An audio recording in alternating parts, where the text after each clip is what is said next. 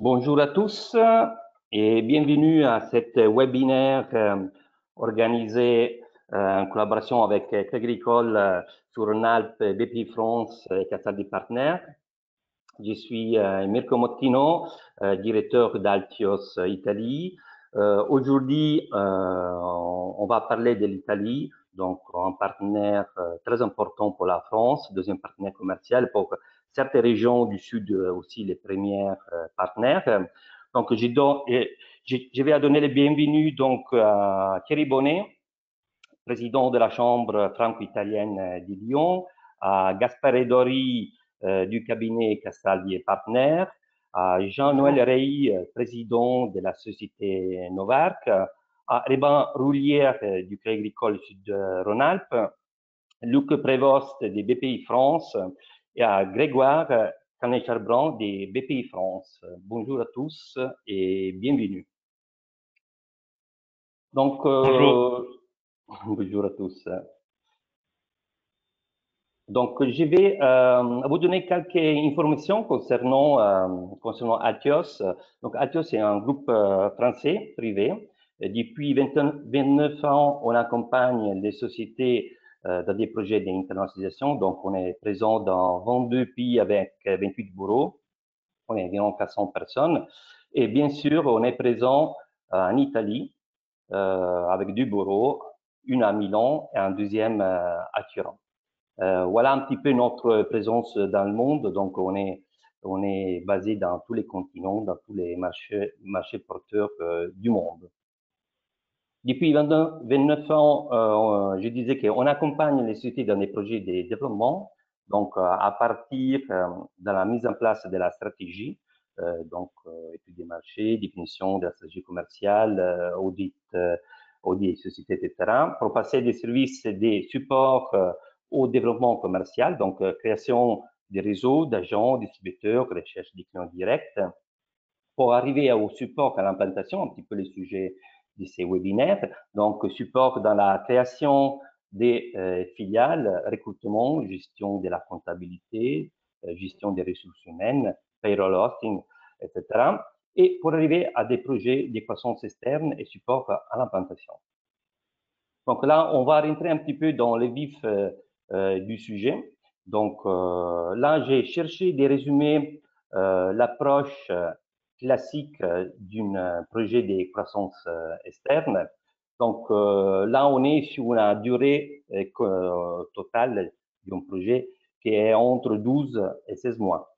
À partir du premier step, qui c'est la validation du cahier des charges, pour passer à l'identification et à la création d'une longue liste, pour ensuite passer à la qualification et sélection des cibles, donc pour arriver à la shortlist, la mise en place d'un accord de confidentialité. Le step 4, c'est le step dans lequel on commence la négociation et la rédaction de la loi pour arriver à la due diligence, négociation, signature et intégration.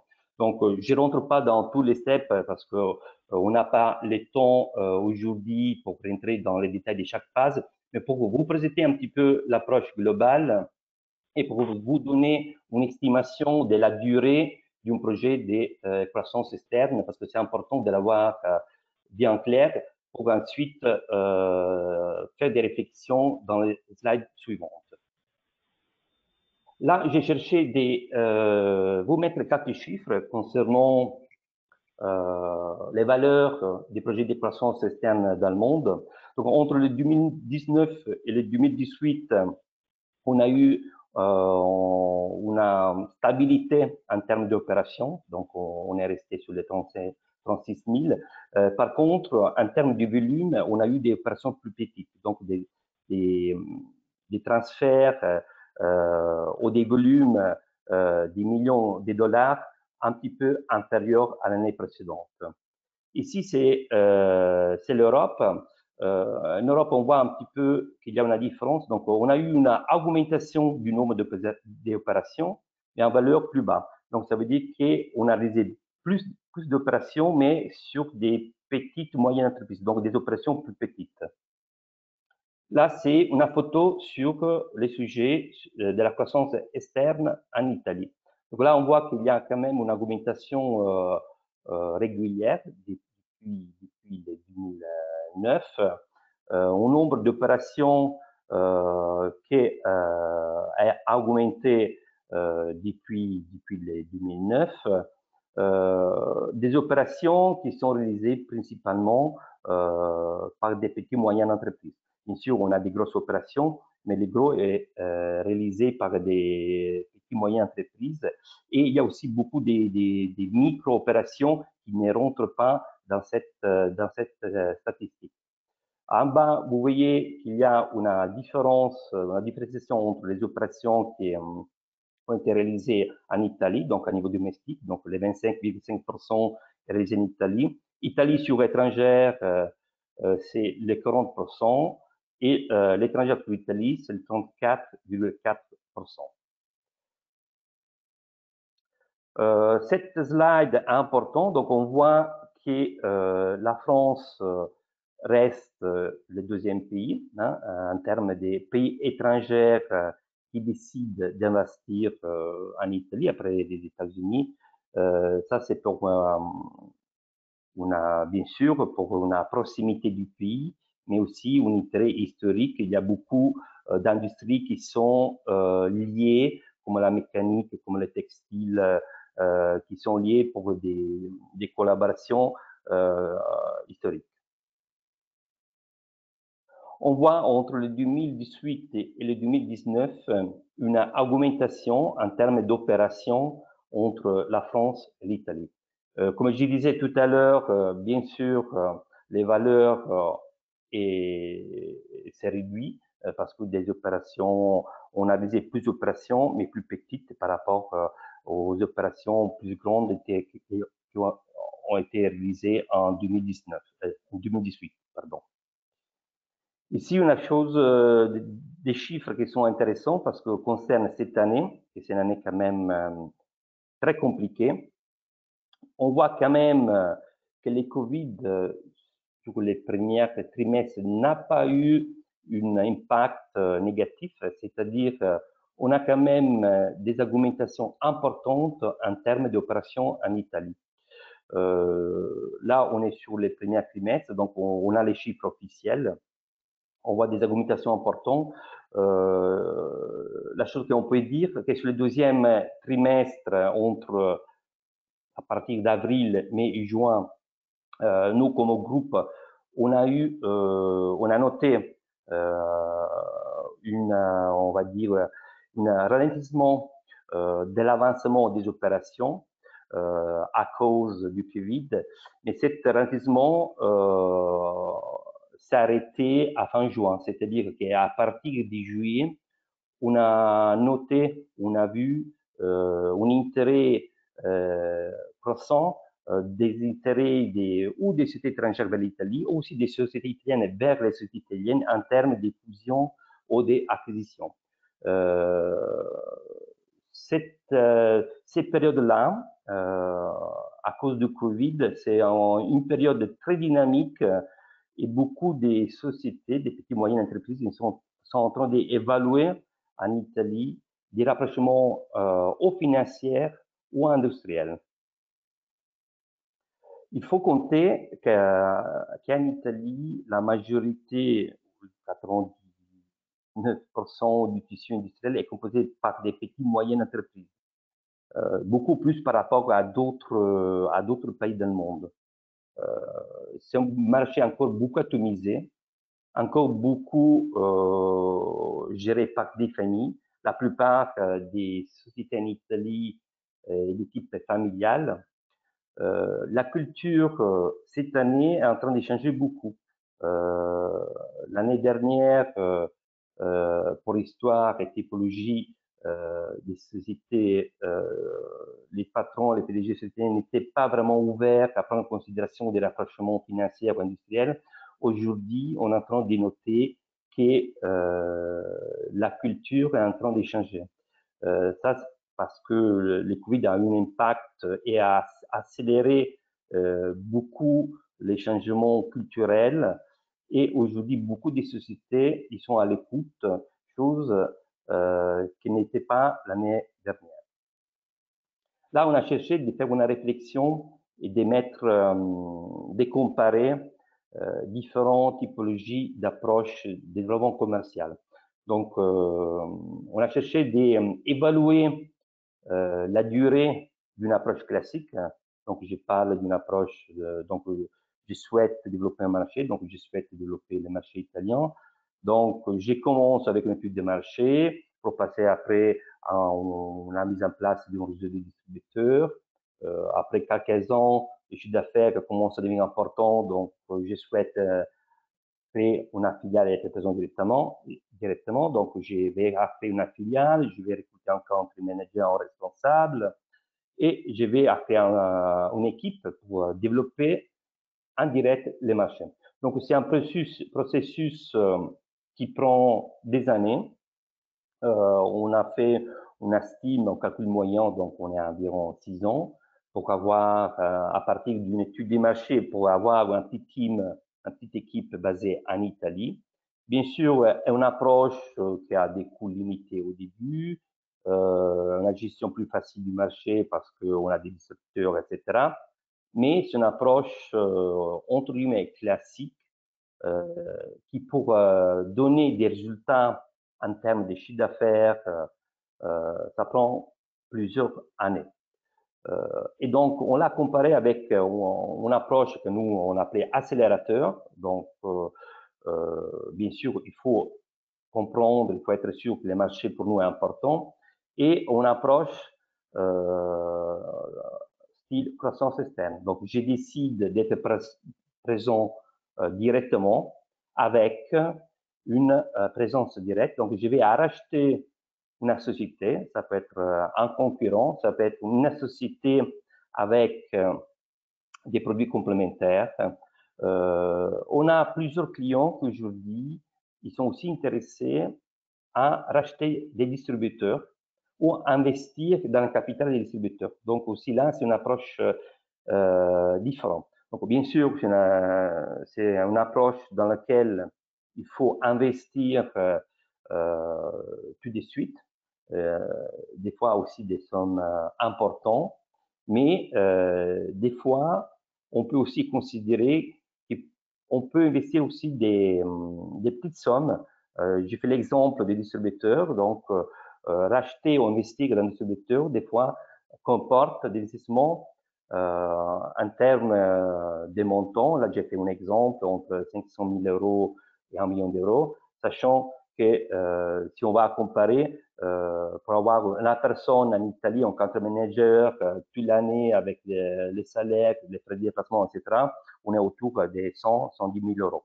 Donc, c'est plus important, mais on part avec déjà une structure en place, avec une histoire, avec des clients, avec une organisation commerciale. C'est vraiment une approche différente. Donc là, on a fait aussi une estimation en termes de durée de mise en place de cette approche. Donc, on est sur une moyenne de 16 mois. Après, ça peut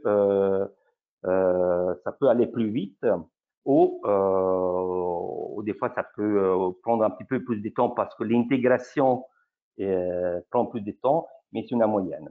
Après, bien sûr, on a aussi d'autres approches comme le bureau de représentation, la création d'une filiale, succursale aux filiales société à responsabilité limitée, ce sont d'autres possibilités pour être présent direct. Voilà, donc moi je suis allé un petit peu vite pour chercher de passer et de parler un petit peu de tous les sujets. Si vous avez des questions, vous pouvez les noter dans la chat et on répondra les questions à la fin et on répondra à vos questions. Donc là, je passe la parole a Gaspare Dori di Casal del Partner. À toi, Gaspare. À toutes et à tous, j'ai 10 minutes à disposition pour affronter le sujet. C'est pas beaucoup. Je vais donc essayer de me concentrer sur des points d'attention. Ça fait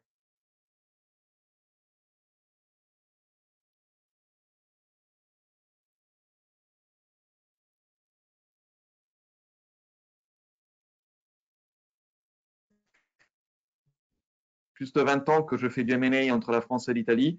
J'ai fait des opérations dans les deux sorties, mais ça fait plus de 20 ans que j'habite en France. Le vous allez voir, il est décisif dans plusieurs cas. Donc, les points d'attention dont on va discuter sont essentiellement 5. Donc, les facteurs humains et culturels et l'histoire de l'entreprise, les actifs matériels et immatériels de la cible, les clauses de non-concurrence dans la documentation contractuelle, l'impact du timing et le rôle du personnel et des managers clés. Donc, on commence par le premier. Alors, quand vous allez en Italie, vous allez trouver une cible qui vous a été identifiée, par exemple, par Artios. Là, ce que vous avez acheté, ce n'est pas uniquement un business plan, ce n'est pas uniquement une usine, ce n'est pas uniquement un marché, ce n'est pas uniquement un réseau de distribution, c'est quelque chose de plus. Mirko vient de l'expliquer, 99% des entreprises italiennes sont des PME et la plupart d'entre elles sont des entreprises familiales qui ont une histoire qui remonte parfois à 2, 3 générations, voire 4 générations. Et cette histoire-là, il faut la considérer. Il faut l'intégrer dans votre projet. Il faut l'intégrer dans vos discussions. Il faut que ce soit bien présent. L'humain est très important également. Avec qui vous allez parler, qui sont vos interlocuteurs, qui sont ceux que vous insérez dans votre équipe de travail et comment vous allez parler aux gens. Tout ça, ça doit être appréhendé, ça doit être préparé. Le relationnel prend le dessus sur le juridique. On ne peut pas aller et dire, bon, on signe une LOI, on va négocier, on va faire le contrat, etc. Il faut d'abord essayer de se mettre à la place de ceux qui vendent et de tout l'écosystème. Et le rôle que peut avoir le fondateur et que peut avoir la famille du fondateur doit être vraiment compris jusqu'au fond. On a parfois des cas où il y a des litiges dans la famille et l'opération ne se fait pas ou elle est un échec parce que ses besoins, ses exigences, son projet personnel, leur projet personnel n'a pas été considéré. Et il faut que tout l'écosystème, c'est-à-dire les salariés dont on parlera tout à l'heure, les agents de commerce, les clients, les fournisseurs, l'administration locale, tout l'écosystème, il faut l'intégrer dans votre projet parce qu'il aura une perception de votre acquisition qui ne correspond pas forcément avec la vôtre. Donc, quels sont les outils juridiques dans lesquels on va refléter tout ça?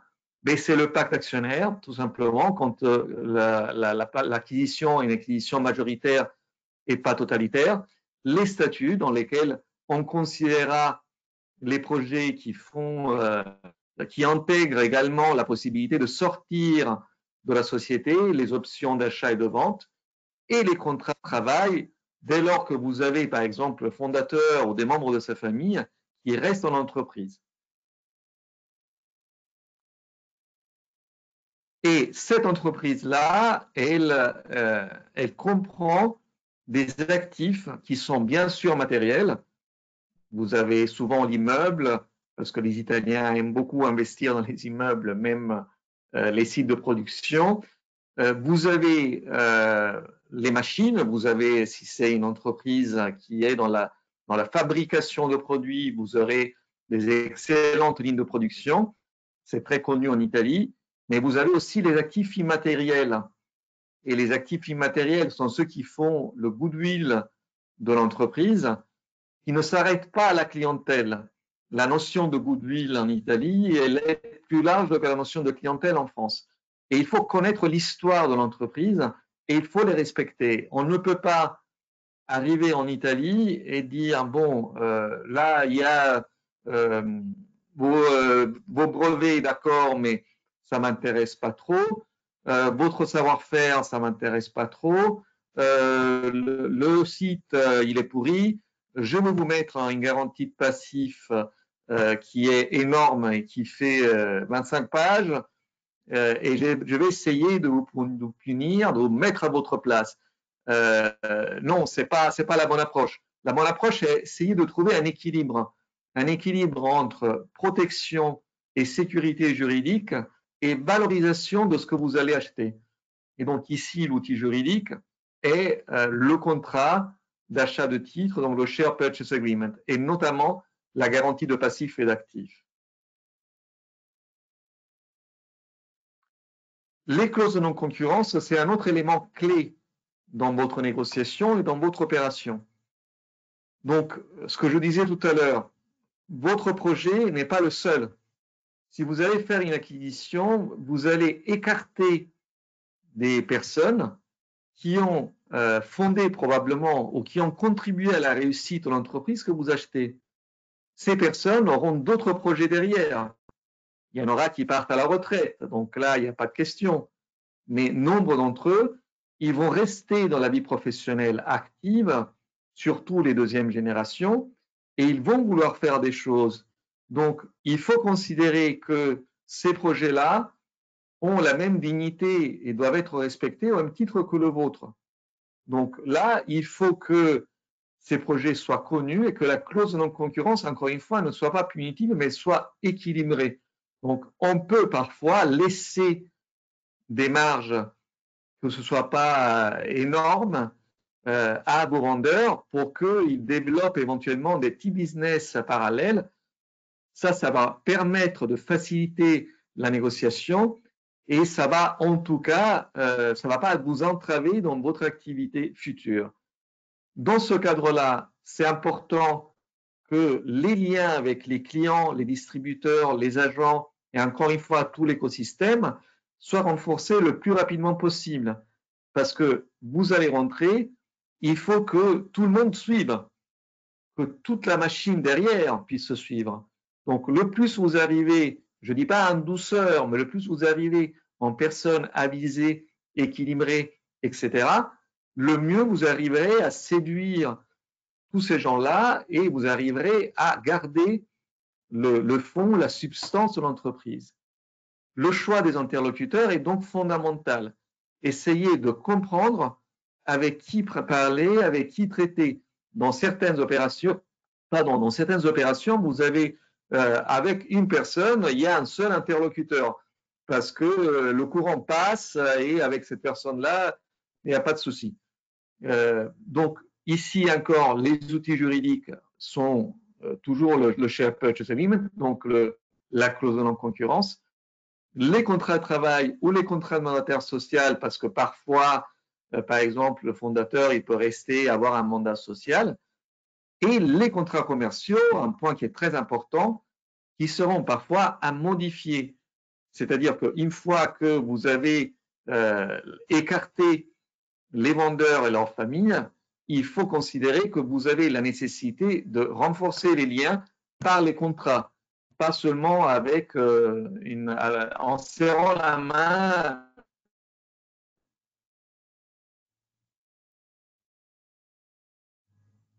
Donc, on va passer au prochain point, qui est le timing. Le timing est essentiel. Donc, Mirko rappelait qu'une acquisition se déroule généralement sur une durée de 16 mois. Je confirme, c'est un peu une durée moyenne. On peut faire très vite et tout finir en 12. Parfois, on arrive à 24, mais je dirais que c'est une bonne moyenne. Le timing dont je veux parler, ce n'est pas celui-là. C'est le timing en termes d'encadrement.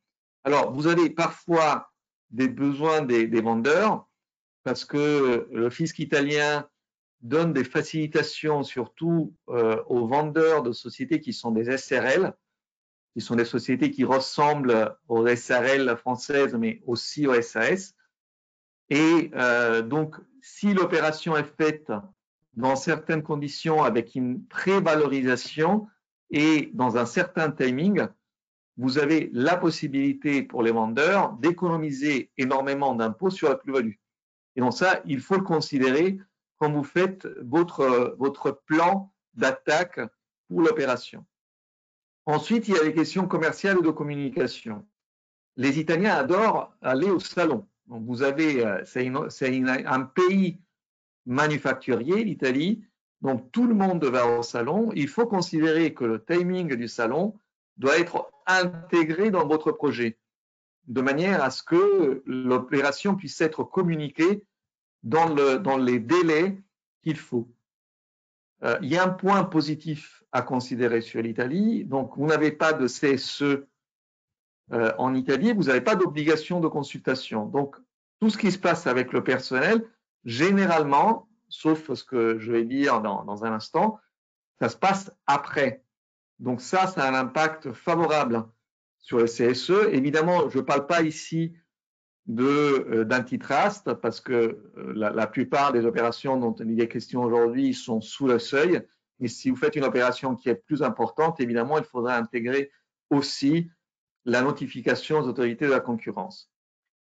Donc, quels sont les outils juridiques? Il faut faire des études préalables sur tout ce que je viens de vous dire, sur les aspects fiscaux, sur les aspects commerciaux et de communication. Il faut surtout trouver un accord sur le calendrier. Tout ça, on le fait généralement d'abord dans la LOI et ensuite dans le Share Purchase Agreement. Il faut que le processus soit encadré. Le plus vous arrivez à l'encadrer, le plus vous arriverez à maîtriser votre opération. Le tout dernier point, c'est le personnel ou l'équipe manager. Donc, je viens de rappeler qu'il n'y a pas de CSE. Mais il faut considérer que vous allez rentrer, vous êtes des Français, vous n'êtes pas forcément a priori bien accueillis par le personnel. Donc, il faut que vous présentiez un projet, en quelque sorte, qui soit accepté et qui, à la fois, s'insère dans l'historique de l'entreprise et à la fois, ça apporte des nouvelles valeurs, ça apporte des nouveaux potentiels pour ce personnel. Donc, tout ça, il faut le considérer. Et il faudra, pour cela, commencer à penser à des nouveaux plans de carrière, commencer à penser à comment intégrer au sein de votre groupe les salariés italiens qui ont des caractéristiques spécifiques, qui sont propres à l'industrie et sont propres au pays, qui ont une convention collective qui est probablement pas semblable à celle que vous salariez en France, etc. Et ce qui est absolument vital, c'est que vous identifiez qui sont les salariés clés, qui sont les managers clés, et pour eux, éventuellement, prévoir des packages qui soient des packages de rémunération, je dirais, prémiale, qui vous permettent de les garder le temps qu'il faut. Ça peut être 2-3 ans et ça peut être plus, avec éventuellement des retention bonus, avec des MBO, avec tout ce qu'il faut pour essayer de garder la valeur qui est le personnel en lui-même, qui est l'humain au sein de l'entreprise. Donc ici, encore une fois, les outils juridiques sont les contrats, donc les contrats de travail existants, mais aussi les avenants, les avenants aux contrats existants et les contrats de travail qui peuvent éventuellement être conclus avec les salariés, et les contrats de mandat social pour ceux qui ont un mandat social, qui auront un mandat social. Et tout ça, ça doit être prévu le plus en amont possible.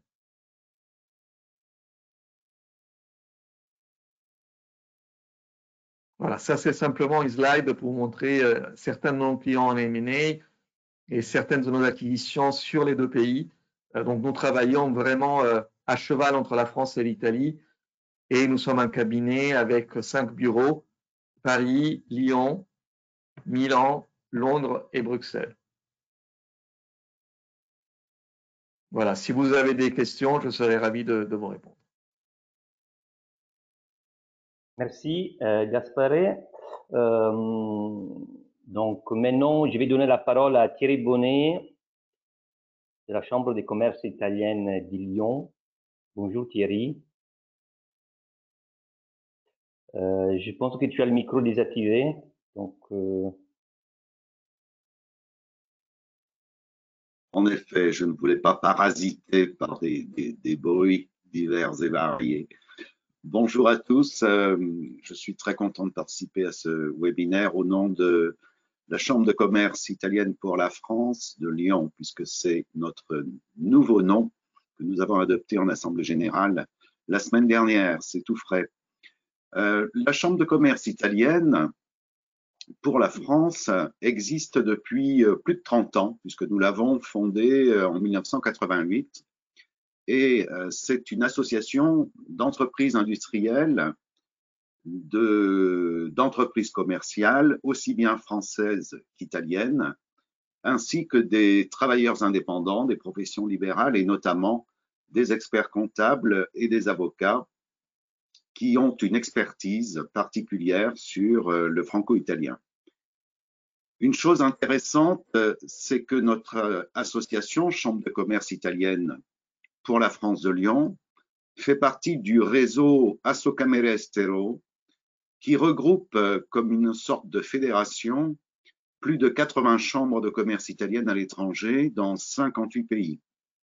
Donc il est évident que ce réseau va favoriser les mises en contact, le suivi des projets notamment d'internationalisation des entreprises.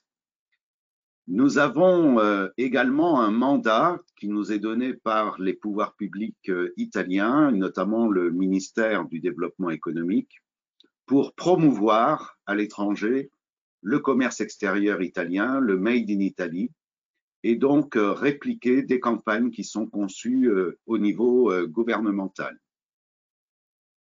Alors bien sûr, sur notre territoire et aux côtés de la Chambre de commerce italienne pour la France de Marseille, qui est la première chambre en termes d'importance, suivie par Lyon, nous avons évidemment une multitude de collaborations avec les institutions du territoire, notamment les chambres de commerce et d'industrie.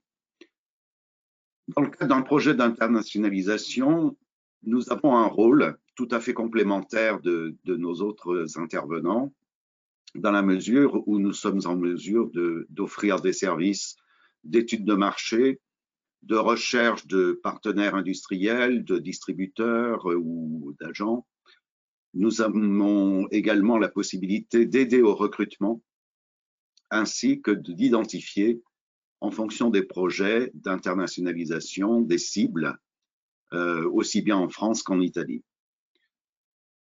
Gaspare l'a dit, les Italiens pratiquent beaucoup les salons et nous organisons dans ce cadre-là, évidemment, des rencontres B2B en Italie. On emmène des entreprises pour organiser des rencontres pointues spécialisées sur leurs projets.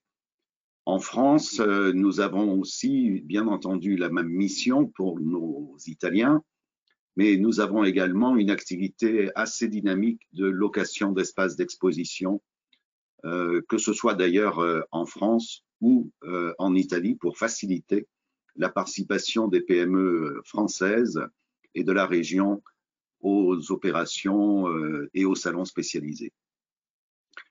La région Rhône-Alpes est riche de clubs d'affaires étrangers.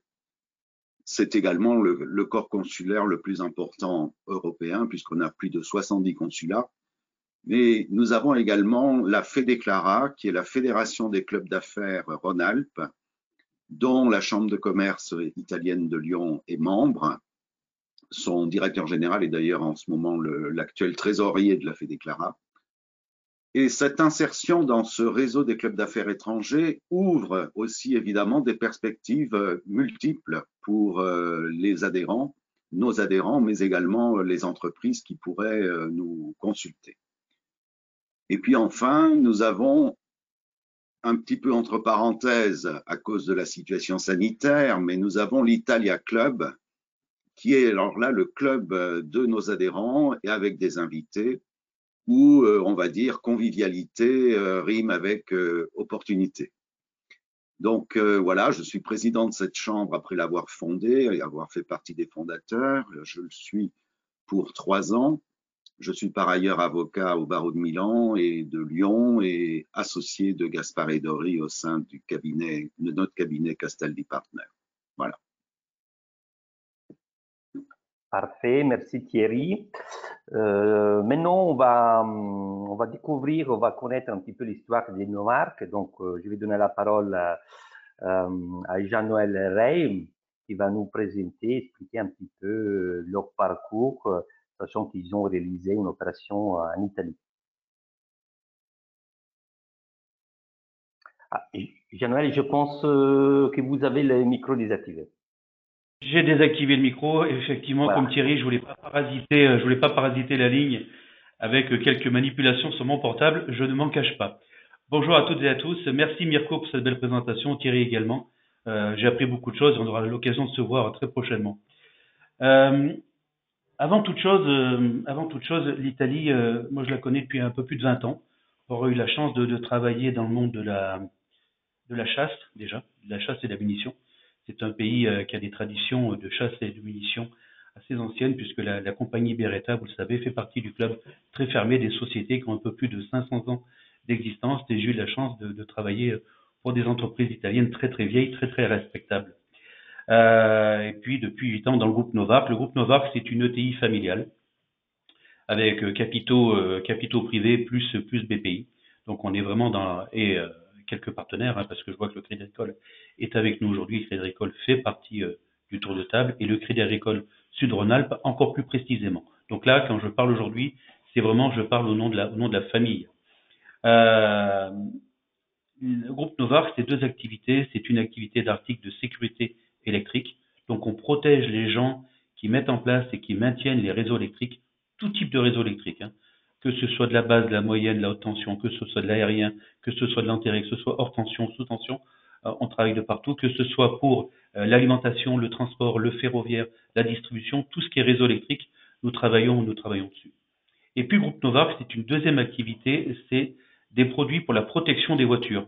Donc, tout ce qui permet d'entretenir vos véhicules dans les concessions, principalement, et aussi un petit peu en usine, parce qu'on a quelques produits phares qui font le bonheur des différents constructeurs automobiles. Donc, quand je vous dis ça, déjà, vous comprenez que l'Italie, c'est déjà un pays qui a une grosse représentation en matière d'énergie électrique, puisque on a une société nationale qui est très forte, très puissante, qui n'exerce pas qu'en Italie. Je parle de Enel. Enel pour la partie distribution et Terna pour la partie transport électrique. Ce sont des belles sociétés nationales qui ont un minima la même volumétrie qu'EDF, si ce n'est plus, parce que Enel a la grande capacité de s'être implanté beaucoup plus vite que nous, les Français, en Roumanie, en Amérique latine, ainsi qu'en Espagne. Donc, un client très très sérieux. Un client que l'on doit approcher de l'intérieur et non pas de l'extérieur. Je vais revenir dessus. Et puis, l'Italie, c'est aussi le pays des voitures, des très belles voitures. Et là, on a beaucoup de plaisir à proposer à nos clients, aux distributeurs et aux concessionnaires, et ainsi qu'aux constructeurs italiens, nos gammes de produits. Voilà, donc pour le groupe Novarc, l'Italie, c'était naturel. Et puis, pour la petite histoire, moi, je pense que j'ai des arrière-grands-parents, quand je dis je pense, j'en suis sûr, j'ai des arrière-grands-parents italiens. Ça m'a permis de comprendre la langue assez rapidement, sans avoir eu l'occasion de passer dans le stage de formation initiale à l'école ou plus tard. C'était quasiment à l'oreille. Et quand on connaît l'Italie, c'est tellement une langue chantante qu'on a vraiment envie, et on se doit, nous Français, de l'apprendre. Avant d'aller en Italie, il faut aussi que le français, je parle bien du français, comprenne l'Italie. L'Italie, c'est une république qui est jeune, comparée à bien d'autres pays. Il faut tenir compte de ce jeunisme, il faut tenir compte que l'Italie, c'est une mosaïque qui s'est assemblée il n'y a pas très longtemps. Il n'y a pas deux Italies, il y a une Italie, avec plusieurs langues, c'est fort, avec des dialectes. Quand un Milanais ou un Napolitain parle avec un Brescian, je suis pas sûr que quand chacun parle sa langue, qu'il soit capable de se comprendre. Mirko voit très bien de quoi je parle. Moi qui comprends un peu l'italien, quand je vais à Brescia, je suis perdu, je ne comprends rien. Et je vous parle pas quand j'essaie de traverser le Brenner pour aller de l'autre côté en Autriche, alors là, je suis encore plus perdu. Là, c'est mon allemand qui me rattrape plutôt que mon italien qui me sauve. Quand on a dit ça, il faut comprendre la géographie, il faut comprendre la politique, il faut comprendre la géopolitique. Il faut aller en Italie, pour nous Français, et je le dis sincèrement, avec beaucoup d'humilité, beaucoup de volonté de comprendre qui est l'autre. Si on n'a pas travaillé le multiculturel, l'interculturel avec l'Italie, je vous le dis de suite, on se trompe. Par rapport à ce que disait Thierry et surtout ce que disait Mirko, aller en Italie et Gaspari, c'est de dire, on va déjà comprendre aussi ce que les Italiens attendent. On est acheteur, on est en position d'acheteur, on veut quelque chose. On n'impose pas quelque chose à un Italien. On lui soumet, on lui présente et on va chercher son acceptation de notre projet. Si on ne fait pas ça, on va dans le mur. Nous, la période de négociation, Benoît Fournant, qui est à côté de moi aujourd'hui, qui se cache pas parce qu'il est trop grand pour être caché, qui m'a assisté dans l'acquisition de cette société, l'a vu. Ça a été un process qui a duré 24 mois. Ça a duré 24 mois parce qu'on a essayé de faire les choses bien. On a acheté une PME en Italie, une PME familiale qui est fournisseur de Enel, fournisseur de Terna, fournisseur de la distribution dans les segments électriques en Italie. C'était tout fondé sur l'homme puissant qui est le patron, qui est le sachant, qui était à la fois l'ingénieur, qui était à la fois dottore, qui avait toutes les casquettes sur sa tête. On a pensé que c'était lui l'homme de la situation et ça suffisait. On n'a pas assez gratté, et je le dis avec beaucoup d'humilité aujourd'hui, on n'a pas assez gratté les étages du dessous. Et quand au mois de mars, le Covid l'a emporté, en 4 jours, 65 ans, au-delà de la détresse humaine qu'on a ressentie, parce que 24 mois de discussion, j'allais dire entre Italiens, ça laisse des traces, mais vraiment. On a créé quelque chose de fort pour parler à la famille à cette occasion-là. Ça a été vraiment des moments très très intenses. Vous voyez, même dans ma voix, c'est quelque chose qui est puissant. Cette personne m'a marqué. Et derrière, on a dû rebondir parce que le dirigeant n'était plus là. Donc, on avait une équipe sur place. On a essayé de faire des choses, donc si je pense un peu mal pris aujourd'hui, on a bien corrigé le tir. On a été sauvé et aidé parce que sur place, on a un conseil qui est franco-italien, un conseil, on va dire un économiste, puisqu'on en parle beaucoup d'économistes en italien, qui représente le collège syndical, donc on va dire l'équivalent du commissariat aux comptes, qui nous assiste, que je connais aussi depuis plus de 20 ans, qui est complètement franco-italien, même si son nom est complètement italien, qui est capable de supporter Lyon et la Juve, donc pour la Juve, pour vous dire, il est vraiment franco-italien. Cette personne nous a vraiment aidés, sa famille nous a vraiment aidés parce que c'est une sorte de famille aussi chez eux. Aller en Italie, c'est comprendre le pays, comprendre les clients qui sont pas forcément les mêmes, faire attention à tout ce qui est faux amis. On peut aimer des belles choses, on peut aimer les mêmes choses, et les choses sont toujours différentes. Ne pas tomber dans le panneau de dire ah ben ici c'est comme chez nous. Non, ici c'est pas comme chez nous. La négo est importante. Tous les termes dans la négociation sont importants. Le contrat, on parlait du protocole, on parlait de l'acte, on parlait du pacte d'actionnaire.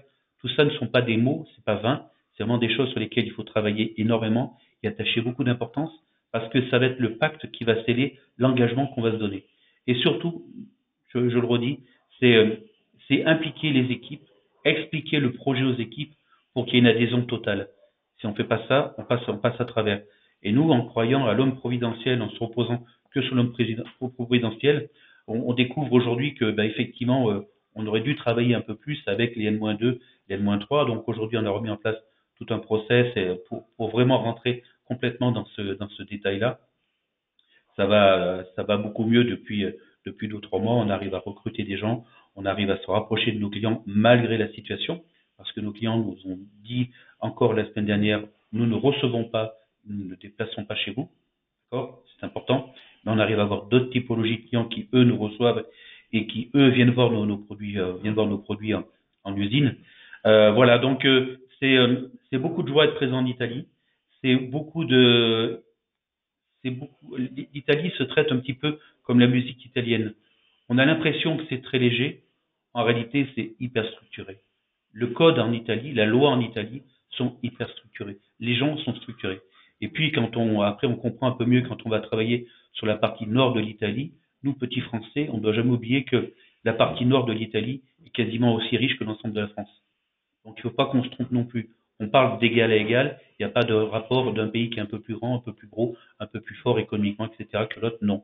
On parle vraiment d'égal à égal. Et on n'oublie pas que l'Italie, c'est 2-3 000 ans d'histoire, bien avant la nôtre. Donc, on a beaucoup de respect à avoir. Il faut vraiment faire attention à tout ça. C'est fondamental parce que des petits mots peuvent créer des gros mots à UX à la fin assez rapidement. Voilà. Donc, nous, le groupe Novarc, aujourd'hui, on est très content d'être en Italie. On ne pouvait plus l'être à travers du commerce depuis la France vers l'Italie. Il fallait impérativement que nous implantions en Italie pour travailler avec les gros donneurs d'ordre. Aujourd'hui, c'est ce que l'on fait. Et on a une culture 100% italienne en Italie avec des gens qui font la passerelle, qui essaient d'avoir cette double culture franco-italienne pour réussir. Benoît, tu veux rajouter des choses ? Non, juste un petit mot quand même sur la négociation qui est importante, ce que disait Jean-Noël, puis ce que disaient les différents intervenants. C'est que effectivement, il n'y a pas seulement que le juridique et le financier, il y a vraiment cette dimension humaine qui est à prendre en compte. Et dans la réussite de l'acquisition, elle est impérative parce que, bon, évidemment, il y a le prix et le prix est important. mais il y a tout l'aspect environnement et tout l'aspect humain qui est déterminant dans cette opération. Et il faut sortir un petit peu de ces canaux habituels que l'on fait lorsqu'on fait des acquisitions, et le groupe en a l'habitude, et d'avoir vraiment cette dimension humaine et culturelle qui est très très forte. Voilà, si j'avais un point à rajouter dans les négociations que l'on a menées avec Jean-Noël. Alors Mirko, si les intervenants ont des questions, des points de précision, naturellement, je suis complètement, et Benoît également, bien sûr, prêt à répondre à vos questions dans la mesure de nos capacités à vous donner des réponses, bien sûr. Parfait, merci Jean-Noël, très intéressant. Je confirme que les langues, des fois, entre une région et l'autre, c'est quand même très particulière. Moi, je prends toujours, comme vous avez fait, l'exemple entre Milan et Bergamo, qui sont deux villes à 30 km, mais il y a deux langues totalement différentes. Et c'est ça, on va dire, l'aspect magnifique de l'Italie, mais des fois, c'est aussi difficile parce qu'il y a beaucoup de cultures aussi de la même région. Ok, merci encore. Je vais demander à Urban Ruiz Agricole de prendre la parole. À toi, Urban. Merci Mirko. Merci. Bonjour à tous. Du coup, pour ma part, je suis du coup Urban Rullière, chargé d'affaires internationales au Crédit Agricole Sud-Rhône-Alpes, que je représente aujourd'hui. Donc, je vais essayer de faire vite et de respecter le délai qui m'était donné. On a vu toutes ces informations qui sont précieuses pour s'implanter du coup dans un pays étranger et notamment l'Italie. Et on voit vraiment qu'avec le témoignage du coup de l'entreprise Novarc, c'est vraiment une orientation stratégique, mais aussi un point humain à prendre vraiment en compte. Donc rapidement, je tenais à vous présenter en fait le Crédit Agricole Sud-Rhône-Alpes et son activité surtout sur la partie internationale. Il faut savoir du coup que notre caisse régionale est très très active et accompagne de nombreuses entreprises en fait sur la partie internationale en termes d'implantation, d'importation, d'exportation. Notre siège du coup est basé à Grenoble et on rayonne sur le département de l'Isère, de la Drôme, de l'Ardèche et de l'Est lyonnais. Donc, on est plutôt actif sur la partie internationale, comme je le disais. Nous sommes deux chargés d'affaires, pour ma part internationale du coup, basé à Valence, et mon homologue Catherine Rousset à Grenoble. Audrey Durand du coup qui dirige la partie commerciale de la partie internationale de la Caisse Sud-Rhône-Alpes. Travaille en collaboration du coup avec les équipes des opérations techniques de back-office et de middle office pour le traitement de tout ce qui est crédit documentaire, remise documentaire, garantie, opération de change et bien évidemment de flux internationaux. Voilà. Donc rapidement pour vous présenter, le groupe Crédit Agricole est fortement implanté, du coup on le verra dans la slide suivante, que le groupe Crédit Agricole est fortement implanté à travers le monde. On compte aujourd'hui du coup notre présence dans une cinquantaine de pays avec environ 138 000 collaborateurs à travers le monde, ce qui est assez important. Et on peut retrouver du coup des agences en local, environ 7 000 à travers le monde sous le nom de Crédit Agricole et environ 2 000 sous le nom de LCL. Voilà. Donc en plus de rayonner sous l'entité du groupe Crédit Agricole, on est aussi présent par l'intermédiaire de nos filiales qui mènent des actions et qui permettent d'avoir une synergie au niveau de nos différents métiers. Donc les filiales que vous avez vues dans la slide précédente. Et donc c'est assez important. Et on travaille aussi en forte collaboration avec nos différents partenaires, donc Altios, bien évidemment pour l'accompagnement d'entreprises bien spécifiques, BPI qui prend la parole juste après moi, et sans oublier donc les CCI et Team France Export. Voilà. Donc les caisses régionales ont la chance du coup d'avoir des réseaux de personnes implantées dans les pays directement. Vous pouvez le voir dans cette slide. Il faut savoir que ces personnes-là nous accompagnent vraiment au niveau interculturel et sur la partie bancaire et non bancaire pour accompagner nos clients dans leur démarche d'implantation, d'importation, d'exportation. Vous pouvez voir ici que Mattia Grisi, du coup, est la personne référente pour l'Italie, donc directement basée dans ce pays-là, bien évidemment, et nous apporte vraiment un accompagnement très important sur surtout la partie bancaire, bien évidemment, mais aussi non bancaire. Voilà. Quelles sont du coup les missions spécifiques de ces personnes-là que nous appelons nos desks? Ce sont du coup des conseils pour l'ouverture de comptes en local, voilà, comme vous pouvez le voir ici, donc des conseils bancaires et non bancaires, des mises en relation avec des prestataires locaux comme des avocats, des chambres de commerce, etc. Et il faut savoir que du coup, c'est vraiment un travail de synergie avec nos métiers, nous, dans les caisses régionales. C'est-à-dire que c'est un vrai soutien pour des opérations telles que des cahiers documentaires, des opérations de change, à savoir ce qui se pratique localement dans le pays. Voilà. Pour revenir plus précisément sur le sujet de l'Italie, je tenais à vous présenter en fait notre implantation du coup directe dans ce pays-là. Donc, Crédit Agricole Italia est aujourd'hui un acteur important d'Italie, anciennement Cariparma, pour resituer. Et c'est un réel soutien aujourd'hui de l'économie italienne, puisqu'il cumule aujourd'hui un encours d'environ 67 milliards d'encours de crédit, donc ce qui est assez important. Et on constate aujourd'hui que c'est le deuxième opérateur en fait du pays pour les crédits à la consommation et le troisième pour la gestion de l'épargne. Voilà, il y a environ 900 points de vente directement en Italie avec 15 000 salariés, donc ce qui est assez important. Donc en plus d'être présent sous le nom Crédit Agricole Italia, on retrouve, comme je disais précédemment, l'ensemble de nos filiales pour vous accompagner les entreprises dans leur démarche sur différents volets, donc comme Amundi, Crédit Agricole Leasing and Factoring, etc. Voilà.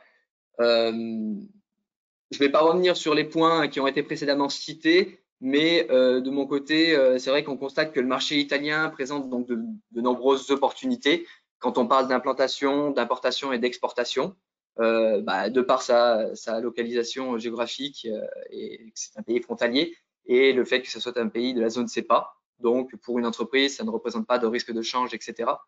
Et on retient quand même évidemment que la France reste le deuxième fournisseur de l'Italie.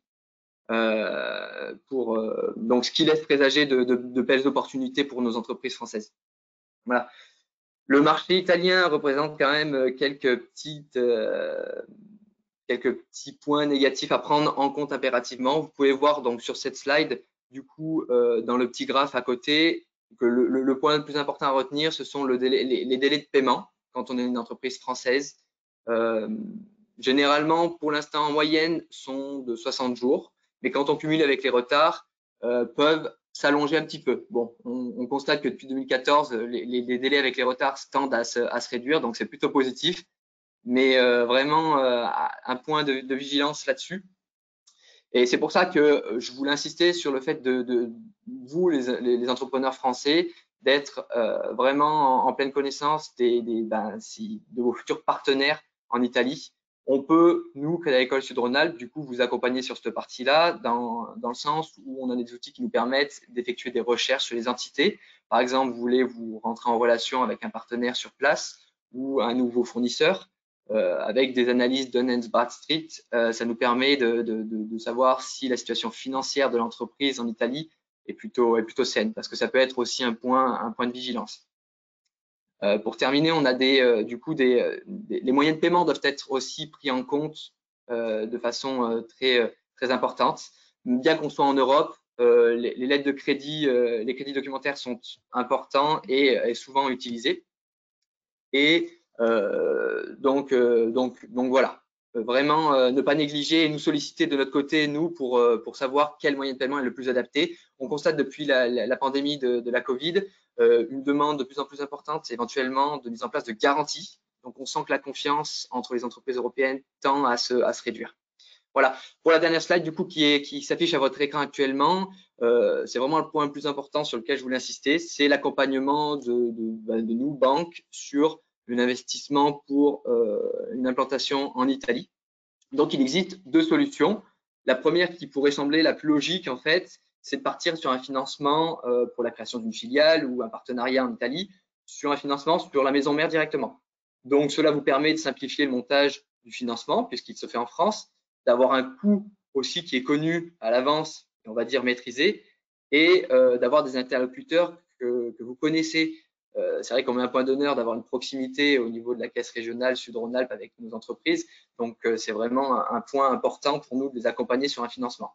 Voilà, l'inconvénient de cette solution reste les potentiels retards qu'il peut y avoir de remboursement entre votre filiale et la maison mère, et éventuellement la fiscalité aussi des flux transfrontaliers. C'est pour ça qu'il existe une autre solution qui peut être vraiment envisagée du coup par notre implantation directement avec Crédit Agricole Italia. C'est le financement de votre filiale directement en Italie. Bon, les banques, de façon générale, ont du mal à financer les filiales récemment créées. parce qu'ils n'ont pas d'historique de crédit. Et c'est ce que nous, on peut apporter, nous, en tant que caisse régionale, c'est le fait d'apporter un soutien à Crédit Agricole Italie en disant, bah, OK, on se porte garant avec l'émission de garantie internationale, vous pouvez y aller, apporter un financement direct. Donc ça, c'est une vraie opportunité pour vous. Et c'est vraiment deux solutions en fait qui s'adaptent selon votre stratégie et ce que vous souhaitez faire. L'inconvénient quand même de cette solution, ça peut être le coût du financement qui peut être un peu plus élevé forcément, puisque nous, Caisse Régionale, on peut venir apporter une garantie. Donc, le coût de cette garantie va s'ajouter à votre financement en local directement. Voilà. Il ne faut pas oublier du coup Crédit Agricole Leasing and Factoring, qui peut jouer un rôle directement sur place en Italie pour tout ce qui est le financement en fait de vos biens d'équipement et d'autres activités. Voilà, j'espère avoir respecté du coup le temps et je vais de mon côté laisser la parole du coup à BPI qui nous accompagne aussi pour les projets de nos entreprises. Merci beaucoup Herman. Effectivement. Bonjour à tous, Luc Prévost, BPI France, chargé d'affaires internationales, donc basé à Grenoble et en charge des départements de l'Isère, de la Drôme et de l'Ardèche. Chez BPI France, on a une vraie mission, c'est d'accompagner les Français, les entreprises françaises qui veulent exporter au travers du dispositif de l'assurance prospection qui se veut être un dispositif d'avance remboursable dont le remboursement est fonction d'un niveau de réussite signifié par le chiffre d'affaires. Le plus simple pour entrer dans ce sujet-là, c'est de prendre un exemple, celui qui apparaît sous vos yeux. Prenons un exemple assez simple d'une entreprise qui fabrique des ponts et des passerelles, qui est déjà bien implantée dans son pays domestique qui est la France, qui est implanté dans les villes côtières et portuaires et décide de se développer puisque son marché domestique est déjà bien travaillé, d'aller voir à proximité en Italie ce qui peut être fait sur ce marché-là. La prospection, c'est quelque chose qui peut avoir un coût et qui peut avoir un risque. Notre but à nous, c'est d'accompagner ces deux points, à la fois la partie financière et la partie risque.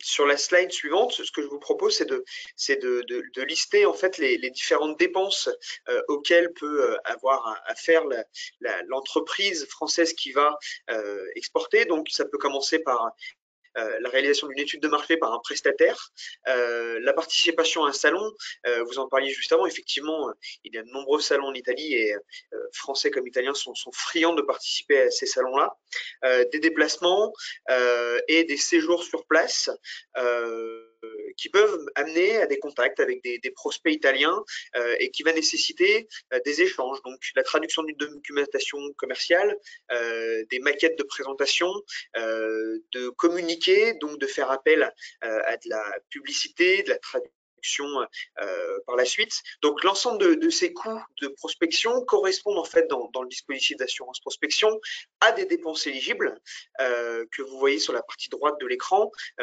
qui sont à globaliser et intégrer en fait dans le budget d'assurance prospection qui correspond peu ou prou à votre budget de prospection à l'international et qui vont vous amener à entrer en contact avec des prospects.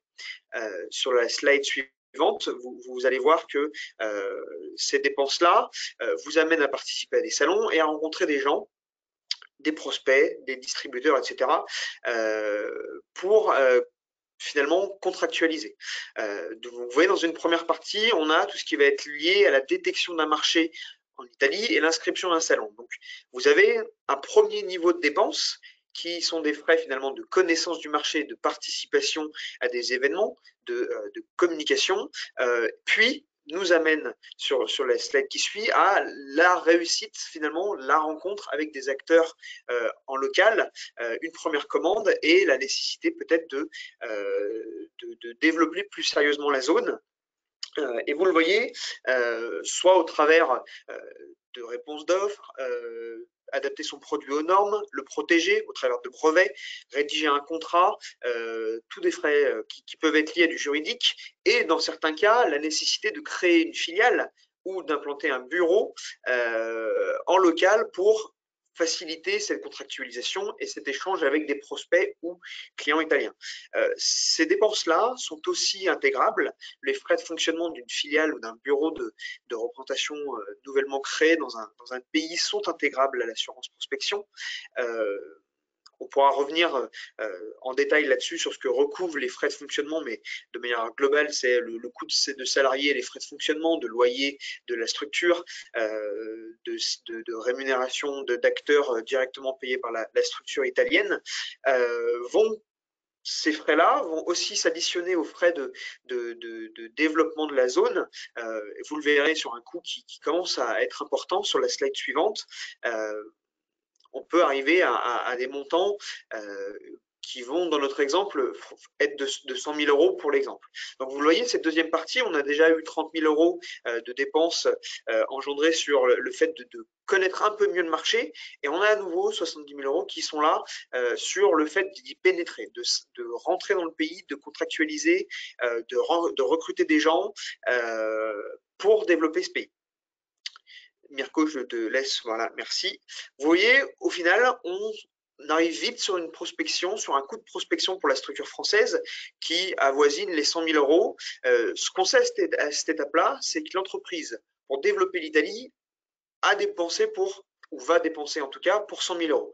Le premier objectif effectivement de BPI France, c'est de venir financer ces dépenses-là. Donc, si on rentre dans la partie, je dirais, technique sur la slide suivante du dispositif, l'assurance prospection, je vous le disais, c'est un dispositif qui fonctionne sous le format d'une avance remboursable dont le remboursement est fonction du niveau de réussite et donc de chiffre d'affaires généré sur le ou les pays prospectés. Le dispositif fonctionne en 3 grandes étapes.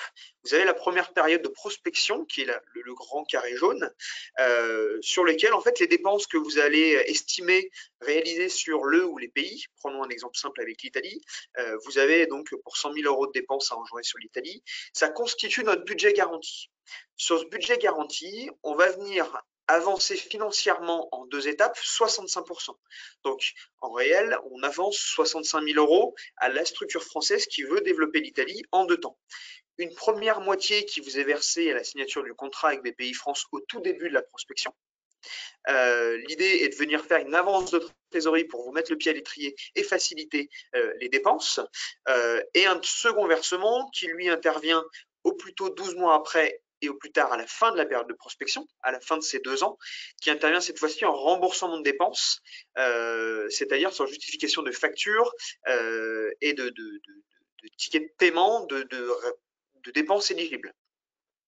S'ensuit une période de franchise sur laquelle l'entreprise continue son développement export, mais on parle de franchise vis-à-vis de BPI France puisque la relation est pendant 2 ans figée puisque les dépenses que vous engrangez ne sont pas prises en compte par BPI France.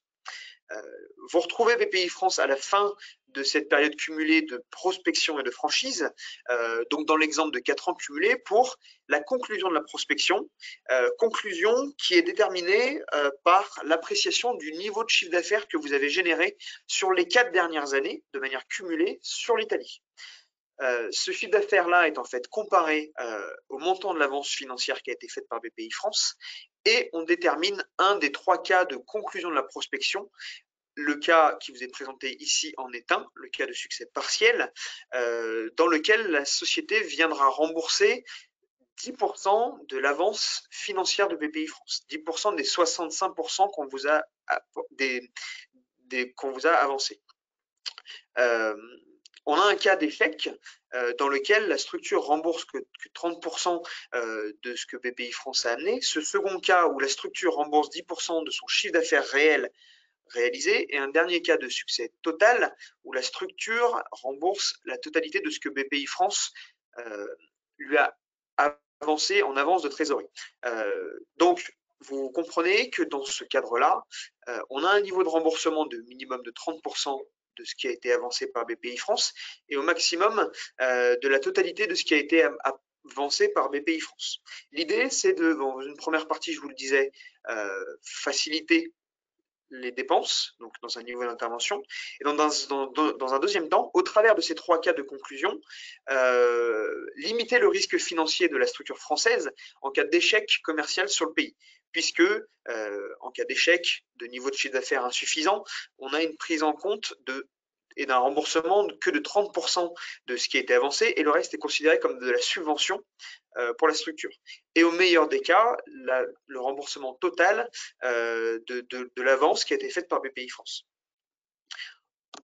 En conclusion de ça, et en résumé, le dispositif d'assurance prospection a vraiment pour but de faciliter l'implantation et le développement de structures françaises à l'étranger en 2 temps, en prenant en charge une partie du risque financier avec une avance financière au début et un amortissement du risque commercial et donc du risque financier dans un second temps. L'intervention est vraiment double et permet de répondre à tous les types de sociétés, par exemple celles qui n'auront pas forcément un gros besoin financier et pourraient aisément autofinancer ces dépenses de prospection, mais qui interviennent sur un marché sur lequel il y a toujours un risque et qui souhaitent être assurées contre ce risque commercial. Et de l'autre côté, des structures qui peuvent avoir le cas inverse, finalement peu de doute sur la réussite de ce marché, mais une capacité financière plutôt faible, puisque c'est des petites structures, on intervient sur les startups, qui sont limitées en termes financiers et ont besoin de l'avance financière de l'assurance prospection pour les accompagner. Voilà. Merci de votre écoute. Je suis à votre entière disposition si vous avez des questions et je transmets la parole à Grégoire, qui est mon collègue chez BPI France. Oui, bonjour à tous. Merci Luc et merci à l'ensemble des intervenants précédents. C'est jamais évident de passer en dernier, donc je vais essayer d'être concis. Je suis ravi du témoignage de Jean-Noël qui va, je pense, résonner sur le type de programme que l'on essaye de monter. Je travaille à la direction de l'accompagnement de BPI France qui, comme son nom l'indique, a pour vocation d'aider les entreprises dans l'accompagnement de leurs projets stratégiques et en particulier en ce qui me concerne dans les projets stratégiques internationaux. C'est un programme que l'on a monté l'année dernière et qui va se lancer en mars de l'année prochaine, donc en mars 2021, avec notre homologue de la Caisse des dépôts, qui est donc la Casa dei Depositi italienne, qui est notre partenaire sur ce type de programme. L'idée est de créer une communauté d'entrepreneurs français et italiens pendant 18 mois, avec un triptyque que l'on a éprouvé sur une quarantaine de programmes actuellement. On a à peu près 1400 entreprises qui sont accompagnées dans ce type de programme, pour avoir un accompagnement aussi bien stratégique qu'organisationnel et qu'opérationnel en Italie. Donc l'idée est de réunir 20 entreprises françaises du secteur de l'industrie ou du service à l'industrie, avec 20 homologues italiens sur une durée de 18 mois, avec 3 piliers principaux que sont le conseil, la formation et la mise en réseau. Vous voyez ici à peu près les 5 grands objectifs du programme de manière plus concise. L'idée est de vous aider à créer une véritable identité européenne à travers des rencontres avec des entreprises italiennes où on est certain qu'il y a énormément de bonnes pratiques à retirer, notamment en termes d'exportation, d'animation des réseaux commerciaux, des distributeurs, avec les entreprises italiennes, pour ensuite vous aider dans votre projet de stratégie d'internationalisation de manière plus générale. Donc vous voyez ici à peu près les 5 grands objectifs qu'on s'est fixés et j'aurai l'occasion de revenir dessus un peu plus loin dans la présentation. Si on peut passer juste, voilà, super. Donc comme je vous disais, c'est 18 mois d'accompagnement intensif à travers un parcours de conseil en stratégie vraiment individualisé. L'idée est de vous aider à travers un diagnostic d'identifier les leviers principaux pour votre développement, aussi bien en Italie mais de manière générale à l'international, pour ensuite en découler un plan d'action opérationnel qu'on va vous aider à mettre en œuvre durant les 18 mois du programme. À côté de ça, on va monter un programme de séminaires de formation, 3 séminaires en France, 3 séminaires en Italie. En France, qui sera probablement assuré par l'école de sciences politiques, donc Sciences Po Paris, et en Italie, assuré par l'école de la Bocconi à Milan. L'idée est de créer un esprit de promotion et un esprit de mise en relation avec ces entrepreneurs italiens, comme je vous disais, pour s'inspirer des bonnes pratiques italiennes, pour créer véritablement une gouvernance transalpine dans votre organisation et vous créer une identité européenne qui va servir à asseoir les bases ensuite d'une stratégie internationale mondiale.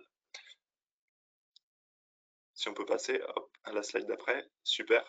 Donc là, c'est simplement une présentation des partenaires, je ne vais pas revenir dessus, mais donc la Casa dei Depositi en Italie, qui s'appuie sur le réseau Elite, qui n'est à ne pas confondre avec l'agence de mannequins, mais qui est bien un réseau de mise en relation d'entrepreneurs qui a des bases à Londres, mais également en Italie et à Paris, et qui va nous servir dans l'animation de cette communauté qu'on va créer à travers ce programme. Comme je vous disais, les 3 grands piliers du programme, du coup, on retrouve du conseil, donc un diagnostic d'entrée pour nous aider à identifier vos projets principaux, qui vont ensuite se découler en 1 à 2 modules complémentaires pour un total d'un équivalent de 12 jours hommes de conseil en stratégie à dérouler sur les 18 mois du programme. Ce conseil-là, il peut représenter aussi bien l'écriture d'une stratégie et d'une feuille de route internationale, en passant par des modules dédiés à votre organisation et à la structuration d'une équipe export, en passant par des modules de digitalisation de vos outils de production, ou encore de prospection à l'international vraiment opérationnelle. Donc on balaye un peu tous les champs d'une stratégie internationale et des problématiques qu'un industriel peut rencontrer, et on vous aide à vous créer un programme de stratégie à la carte selon vos besoins que l'on va dérouler ensemble avec l'ensemble de nos partenaires consultants extérieurs, dont notamment Altios qui en fait partie. À côté de ça, 6 sessions de formation, donc 3 en France, 3 en Italie, sur lesquelles on fait regrouper l'ensemble de la promotion, donc les 40 entreprises avec bien sûr vos 20 homologues italiens qui vont nous rejoindre. L'idée est, à travers ces séminaires de formation, de balayer encore une fois un ensemble de sujets, de vous faire prendre du recul sur certaines thématiques en termes de management, en termes d'exportation, en termes d'organisation, vous donner des billes pour négocier à l'international. Donc Jean-Noël parlait de l'importance de l'interculturel et on en est également persuadé. Donc c'est l'occasion d'aborder ces thématiques et de l'aborder également entre pairs, puisqu'il y aura 20 entreprises françaises mais également 20 italiennes, et avec des experts qui vont intervenir, donc des experts de Sciences Po et de la Bocconi qui vont intervenir tout au long du programme. Et enfin, la mise en relation qui là est évidente puisqu'on va créer d'abord une communauté d'entrepreneurs franco-italiens. Donc ça, c'est le premier plan, mais également au second plan, l'ensemble de l'écosystème de l'accompagnement à l'export qu'on est capable de mobiliser. Et vous en avez un panel qui est représenté ici, mais pas que, avec bien sûr l'ensemble de la team France Export, l'ensemble des chambres de commerce, l'ensemble des prestataires extérieurs et l'ensemble des organisations supérieures du commerce international. Voilà à quoi va ressembler en rétro-planning ce programme. Donc vous voyez ici les dates des 6 séminaires qui vont prendre lieu durant ces 18 mois. Comme je vous le disais, un diagnostic d'entrée et ensuite les 2 jours de conseil en stratégie à dérouler en parallèle de ce parcours de formation qui va prendre place. Voilà un exemple de mise en réseau, donc aussi bien chez BPI France qu'avec les réseaux de la Casa des Depositi. Donc j'ai eu l'occasion de vous parler du réseau élité très rapidement, l'ensemble du réseau BPI France qu'on est capable de mobiliser et l'ensemble du réseau de nos partenaires extérieurs qu'on est capable de mobiliser également sur ce type de programme. Et enfin, non des moindres, combien ça coûte? Donc 23 500 € financés par votre entreprise. La facture est divisable par trimestre. Et le programme se lance du coup en mars 2021. Voilà, j'ai essayé d'être vraiment concis pour vous apporter l'essence de ce programme. Mais si vous avez des questions, n'hésitez pas à vous rapprocher de votre interlocuteur BPI France ou de moi-même et je vous donnerai plus de détails sur ce programme. Merci Grégoire, parfait, très clair. Donc, nous avons terminé les différents intervenants. Si vous avez des questions, on est là à votre disposition. Donc, on va attendre quelques secondes pour voir s'il y a des questions. Je suis en train de regarder. Pour le moment, nous n'avons pas de questions. Je compte jusqu'à 3. 1, 2 et 3. Ok, donc les présentations sont à votre disposition. Donc, si vous souhaitez les recevoir, il faut juste nous écrire. On va vous les envoyer. Et après, on reste bien sûr tous à votre disposition. Donc, vous pouvez nous contacter directement si vous souhaitez approfondir les différents sujets traités pendant le webinaire. Je vous remercie encore. Je vous souhaite une très belle journée et bonne continuation. Au revoir à tous. Merci à tous. Merci. Bonne journée. Au revoir. Bonne journée.